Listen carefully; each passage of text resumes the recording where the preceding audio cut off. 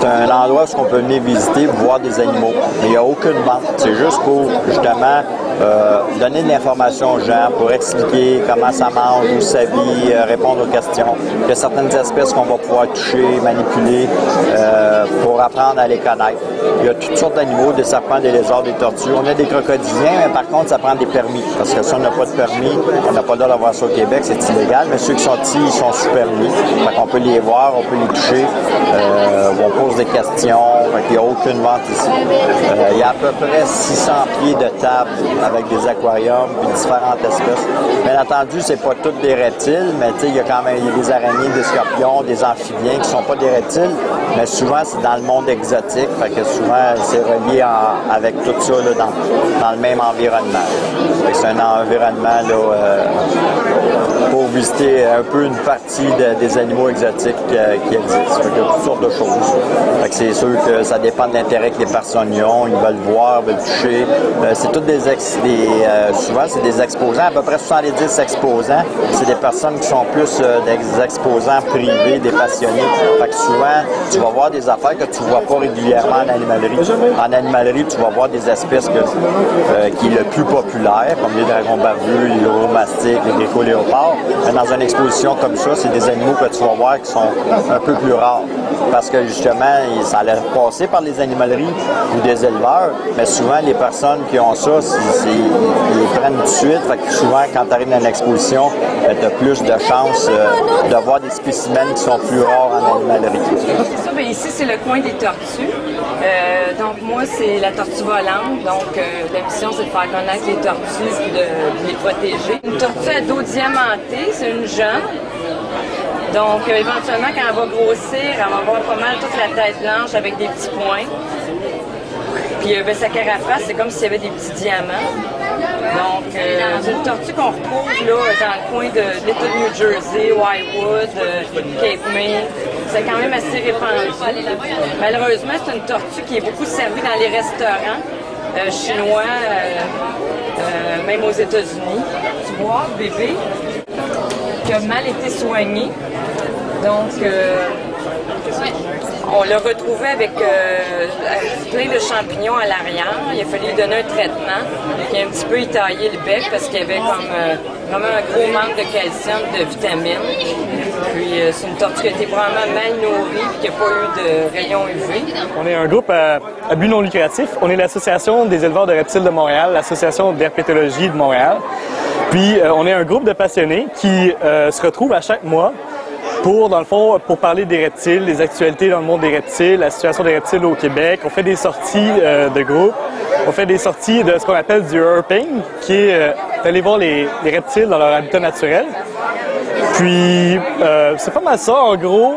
On est un regroupement d'amateurs qui se regroupent justement pour parler de notre passion. Puis, c'est un moment vraiment privilégié parce que, en gros, souvent, quand on parle de notre passion aux gens, ben, on passe pour des excentriques.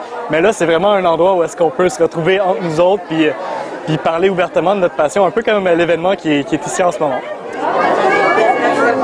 Juste garder la tête en attendant.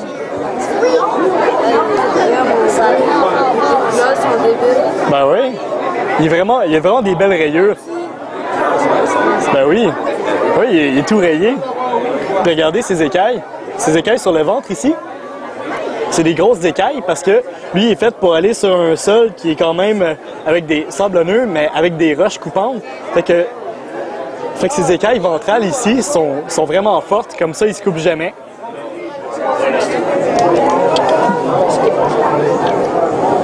Ça, c'est un serpent des pins du Mexique. Il n'y en a pas beaucoup au Canada, même au Québec. Je suis peut-être le seul, je pense qu'il y a un couple adulte. L'année prochaine, je vais avoir des bébés. Une très, très belle espèce. J'aime beaucoup la tête qui est orange avec les lignes noires sur le côté de la gueule. On dirait qu'ils ont l'air méchants. Un serpent taureau, hypomélanistique, puis je suis pas sûr qu'il est pur. Il est peut-être croisé avec du serpent des pins du Sud. Je suis vraiment pas convaincu. C'est venu des États-Unis, mais on connaît pas l'origine exacte. Il y a juste une coloration vraiment particulière. Je n'ai jamais vu d'autre comme lui.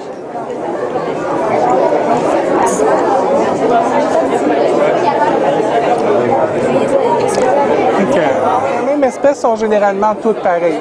Il y a des variantes de couleurs, mais le motif généralement est vraiment semblable. C'est sûr qu'il y a des individus qui vont être aberrants, que le pattern va être différent. Puis ça peut arriver que dans une population, s'ils se reproduisent entre eux, ben ils vont avoir des patterns différents. Comme il y a des populations de serpents jarretières dans le sud de l'Ontario qui sont complètement noirs. C'est des mélaniques. Et c'est vraiment unique à cette petite région-là. Ils sont tous là dans le même coin. Et les autres, généralement, ils sont noirs avec des bandes jaunes. Mais ceux-là sont tout noirs parce qu'il y en a une majorité dans ce coin-là. Ils se reproduisent entre eux et arrivent à survivre. Environ 15 ans, j'ai des reptiles. Ça fait peut-être 11 ans que j'ai commencé à faire de la reproduction aussi. Maintenant, je fais beaucoup moins de reproduction. Je me concentre vraiment plus sur l'éducation parce qu'il y a beaucoup trop de reptiles qui sont abandonnés. Je vais ramasser des animaux qui sont rescapés, qui sont abandonnés, maganés. Je vais les remettre sur pied pour pouvoir leur offrir une meilleure vie. J'essaie de les garder le plus possible, mais c'est sûr que j'en ai environ 70 à la maison, donc je ne peux pas toutes les garder à un moment donné. Donc des fois, je vais les remettre sur pied, je vais leur trouver une nouvelle famille, pour un endroit où ils vont être vraiment bien. Mais souvent, c'est par manque d'information. On va acheter un animal pensant que c'est cool, mais ils ne connaissent pas ça du tout. Donc une fois qu'ils vont voir ce que ça comporte, le même principe que les iguanes. Comme ici, si on prend celle-ci, c'est une petite iguane de 3 mois. Elle a déjà 1 an, donc les gens ne réalisent pas la taille que ça peut faire. Elle va encore doubler, rendue à 6 pieds. C'est pas n'importe qui peut garder ça à la maison. 3 mois, ça a cette grosseur-là. À 1 an, c'est rendu à cette taille ici. Donc, ça donne un petit peu un aperçu de la taille que ça peut faire à l'âge adulte. Il va atteindre environ 6 pieds. Ça peut vivre en captivité entre 30 et 35 ans. C'est assez long. Oui, c'est assez long. Ouais. En nature, ils vivent un petit peu moins long parce qu'ils ont beaucoup plus de prédateurs. Ils ont les bactéries souvent qui vont entrer en considération, donc ils vont vivre un petit peu moins longtemps, mais en captivité, dans des bonnes conditions. Là. Évidemment, le problème, c'est de leur donner les bonnes conditions. Bon taux d'humidité, bonne température, les nourrir convenablement. Ah, c'est ça, oui, de la place aussi. Oui. Malgré que ça n'a pas besoin de tant d'espace que ça, c'est des animaux qui bougent uniquement pour se reproduire et pour manger. Ils mangent environ du 300 grammes, comme rat. C'est congelé ou c'est... Ça dépend. Lui, je ne le sais pas encore parce qu'on vient de l'avoir. Okay. Je ne sais pas si c'est congelé ou pas. Okay. Mais habituellement, le 3/4 du temps, c'est congelé. Il va avoir un peu le même principe qu'un être humain. Ils vont prendre sa taille adulte après à l'âge de 20 ans parce qu'ils vont vivre une moyenne de vie de 75 ans. Comme ça, lui, on a ses parents à Jérusalem. Ses parents sont nés en 67. Donc, il y a une bonne durée de vie. Qu'est-ce qui est drôle avec les crocodiles, c'est que l'ossature ressemble plus aux oiseaux qu'aux reptiles. Lui, il est né avec une malformation à naissance. C'est comme un être humain qui pourrait naître avec un 3e bras. Lui, il est né sans yeux. Mais tu sais, les serpents voient des mouvements, voient des ombrages, voient pas grand-chose de plus. Fait que finalement, il n'est pas vraiment désavantagé parce que les petits trous dans le mâchoire qu'on voit ici, c'est des fossettes thermosensibles que par là, ils vont sentir la chaleur. Puis les reptiles, justement, sentent assez bien la chaleur qu'ils peuvent voir nos veines dans le corps. C'est pour ça que les serpents venimeux vont vraiment voir les veines passer, pouvoir mordre dans les veines, jeter le venin directement dans le système sanguin pour qu'il se propage rapidement. Nous, vraiment, c'est nos animaux qu'on expose, donc on connaît beaucoup nos animaux. On ne pourrait pas donner de l'information sur tous les reptiles du salon, mais c'est vraiment pour faire connaître notre passion à nous, nos bébés à nous, pour permettre aux gens de voir que c'est inoffensif, ça fait partie d'un animal de compagnie comme n'importe quel autre.